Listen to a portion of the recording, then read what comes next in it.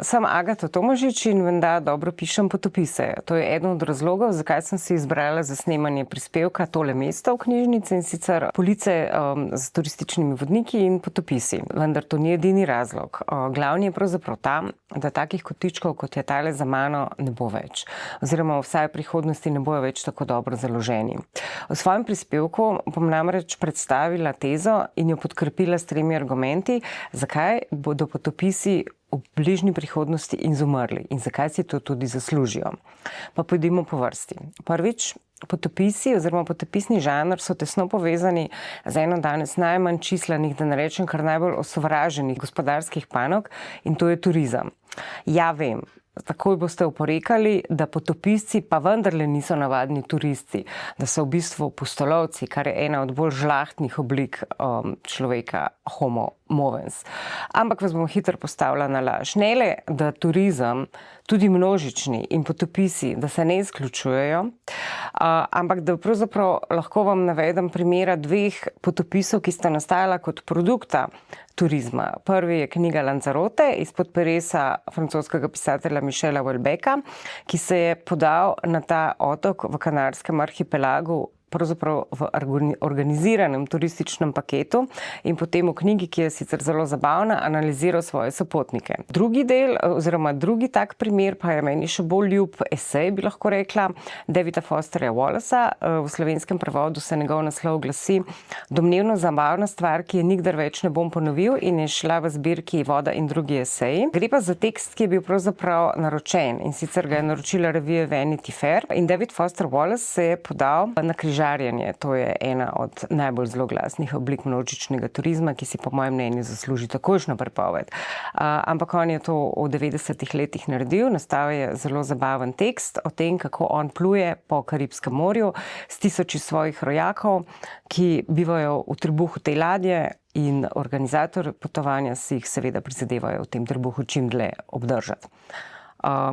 Če potopisi propagirajo take vrste potovanj, jaz mislim, da je prav, da izumro. V drugi točki vas bom povabila na sprehod po beograjskih ulicah, kjer sem se pred kratkim sprehajala tudi sama. In ne kot turistka, ampak sem tam delala. Bil je lep sončen dan v aprilu, hodila sem od Terazi do Dorčola in gledala ljudi in stavbe, tako kot ponavadi.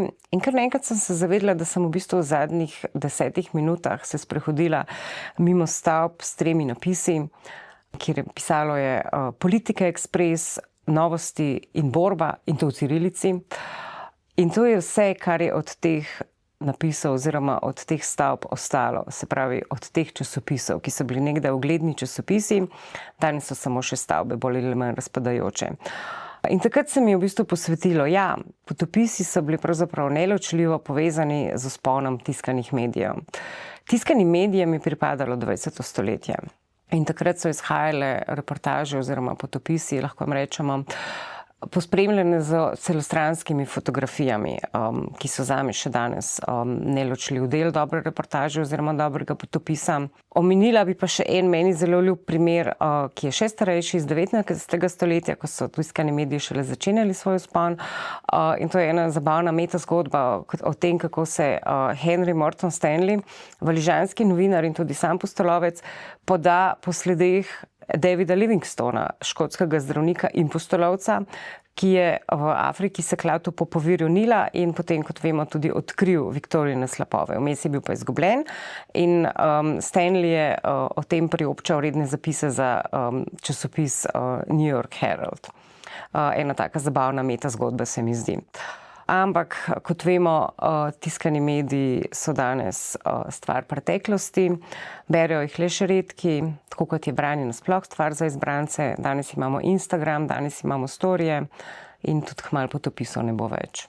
V tretji točki tega svojega prispevka pa mislim, da se spodobi, da končno razložim naslov. Potopisi v času zaprtja Hormuške ožine. Zakaj je tak naslov?